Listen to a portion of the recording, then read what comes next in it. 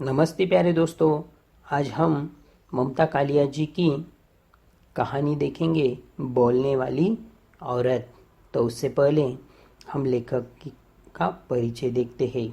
चर्चित साहित्यकार ममता कालिया जी का जन्म 2 नवंबर 1940 ई को वृंदावन, उत्तर प्रदेश में हुआ है। उनकी शिक्षा दिल्ली, बम्बई, पूना, नागपुर और इंदौर जैसे बड़े बड़े महानगरों में हुई है। उनके पिता स्वर्गीय विद्याभूषण अग्रवाल अध्यापक थे। कुछ दिनों तक वे आकाशवाणी में भी कार्यरत रहे। वे हिंदी और अंग्रेजी साहित्य के विद्वान थे। ममता के ऊपर अपने पिता के व्यक्तित्व की स्पष्ट छाप पड़ती है। हिंदी कहानी के परिदृश्य पर उनकी उपस्थितियों 7वें दशक के निरंतर बनी हुई है। उन्होंने अपने लेखन में रोजमर्रा के जीवन में संघर्ष करने वाली स्त्री को प्रमुखता दी है। अपनी रचनाओं में वह न केवल महिलाओं से जुड़े सवाल उठाते हैं, बल्कि उन्होंने उनके उत्तर देने की भी कोशिश की है। जीवन की जटिलताओं के बीच जी रहे उनके पात्र निर्भय और श्रेष्ठतर सलूक की मांग करते हैं। जहां आक्रोश और भावुकता की जगह सत्य और संतुलन का आग्रह है।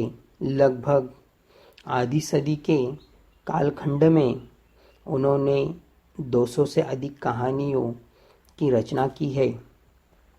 उनकी कुछ प्रमुख कृतियाँ उनमें है उपन्यास बेघर, उनका पहला उपन्यास, नरक दर नरक, प्रेम कहानी, लड़कियां, एक पत्नी के नोट्स, दौड़, अंधेरे का ताला, दुख सुख, ऐसी इनके यह उपन्यास रह चुके हैं। उसमें उन्होंने कहानी संग्रह भी जुटाए हैं। उसमें है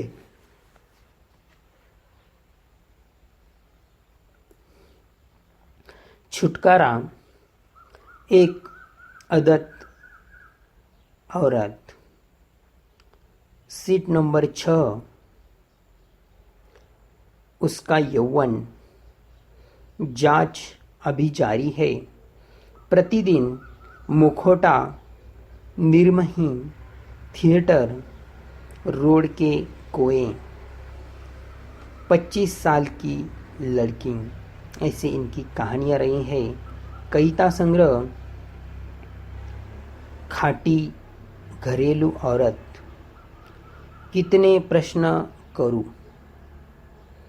नरक दर नरक, प्रेम कहानी, नाटक संग्रह, यहाँ रहना मना है,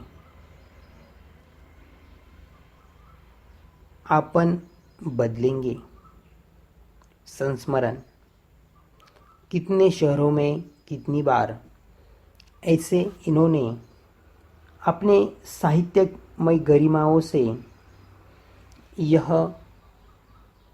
बताने का प्रयास किया है कि साहित्य जगत कितना सुसंपन्न होता है। और प्यारे दोस्तों, अब हम कहानी की ओर बढ़ते हैं।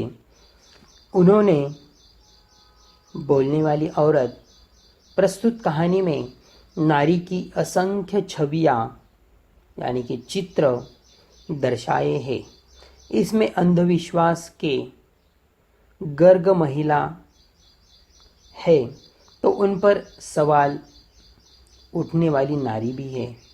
घर के घुटन से उभरने और चाहे 2 पल के लिए ही सही ताज़ी हवा की तलाश करती महिलाएं हैं।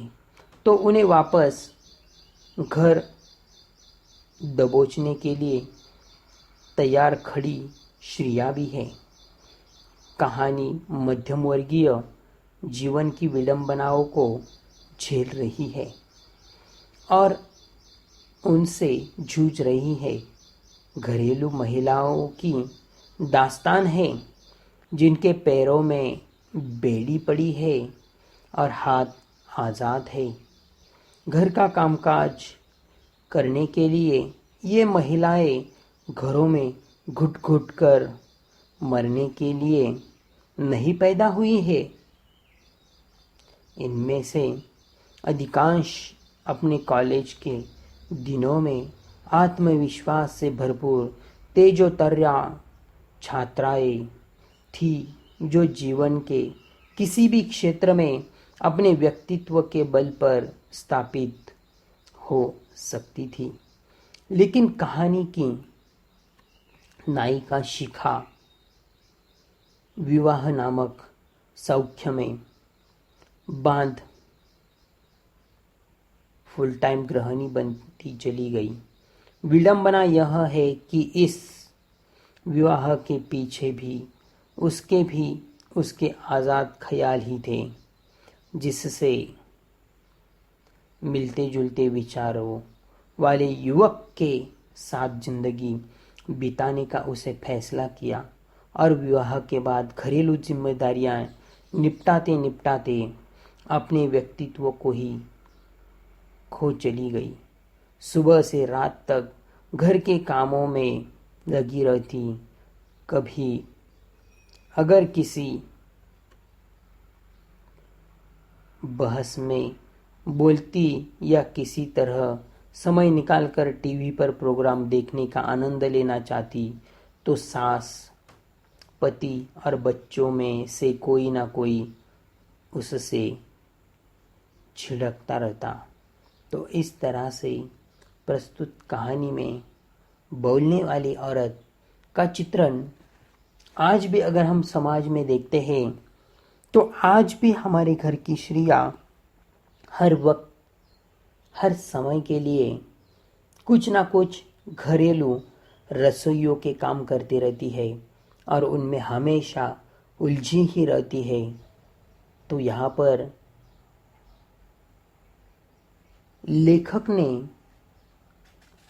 यह बताने का प्रयास किया है कि श्री का जन्म सिर्फ और सिर्फ चार दीवारों के बीच में रहने के लिए नहीं हुआ है, इन्हें बाहर भी निकलना है। तो उन्होंने इस कहानी के माध्यम से स्त्रियों के जीवन को हमारे सम्मुख रखने का प्रयास किया है कि एक स्त्री जो कभी अपने कॉलेज में एक होनहार छात्र बनकर निर्दयता से सभी हौसले किया करती थी, सभी फैसले लिया करती थी, तो आज वह विवाह जैसे बंधन में बांधकर किस तरह से जिंदगी जी रही है, यह भी उन्होंने बताने का प्रयास किया है। तो इस तरह से ममता कालिया जी की बोलने वाली औरत यह कहानी यहाँ पर समाप्त हो जाती है।